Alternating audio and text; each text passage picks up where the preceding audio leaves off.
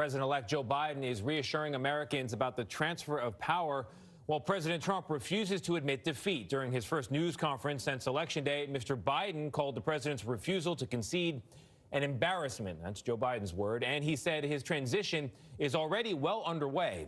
CBS News senior national security analyst Fran Townsend was Homeland Security advisor to President George W. Bush, and she helped coordinate the transfer of power to President Obama. Fran, good morning to you. I want to remind people about the stakes here. The 2000 election had a delayed transition to December 13th, and the 9/11 Commission actually identified that delayed and shortened transition as contributing to the lack of preparedness on 9/11, worst terror attack in U.S. history. So this really matters. But why? What should be happening right now? Tony, it's not just embarrassing, to use the president-elect's words, it's dangerous, right? Because the shorter the transition, the less prepared the new team is going to be in order to sort of exert their influence over all of the levers, the national security levers of power.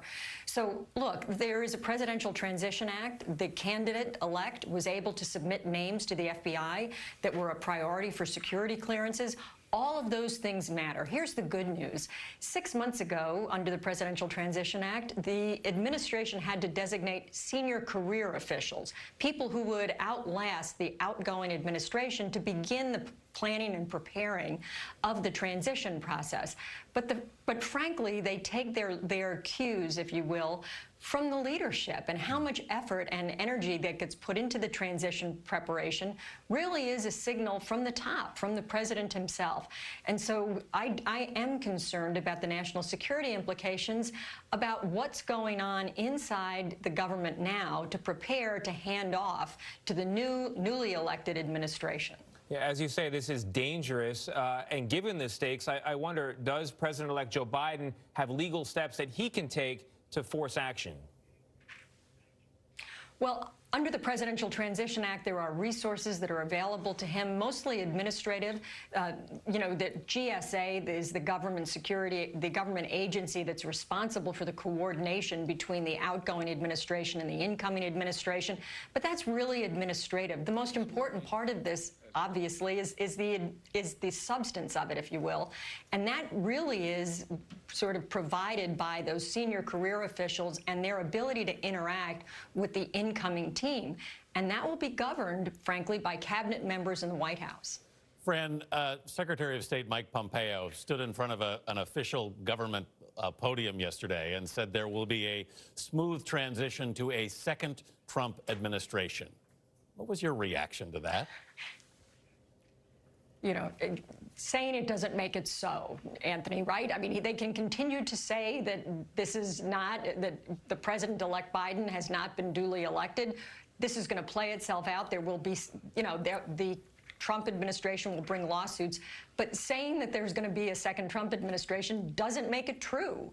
And I think we're going to have to live through this sort of very bumpy transition, despite the election results, until the courts dismiss what will be these sort of unfounded allegations.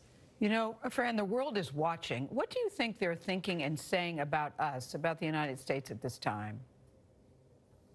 You know, this is where I think the word embarrassing really does apply, right?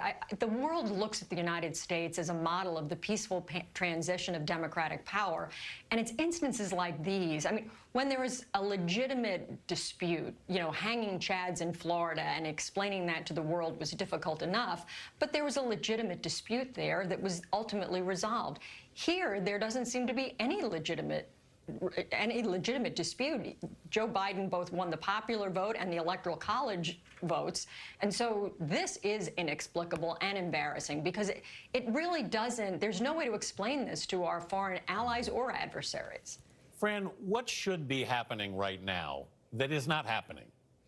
So each of the agencies should have designated a senior career official who's responsible for pulling together transition briefing memos. That is the key issues that each agency is wrestling with, where decisions have to be made, and preparing to put together a small team that will interact with the transition team for that particular agency. There will be a series of meetings. That also is supposed to happen at the White House level. This sort of planning, because it was the first transition post 9/11 from the Bush administration to the Obama administration, that transition planning began over a year before we knew the outcome of that election.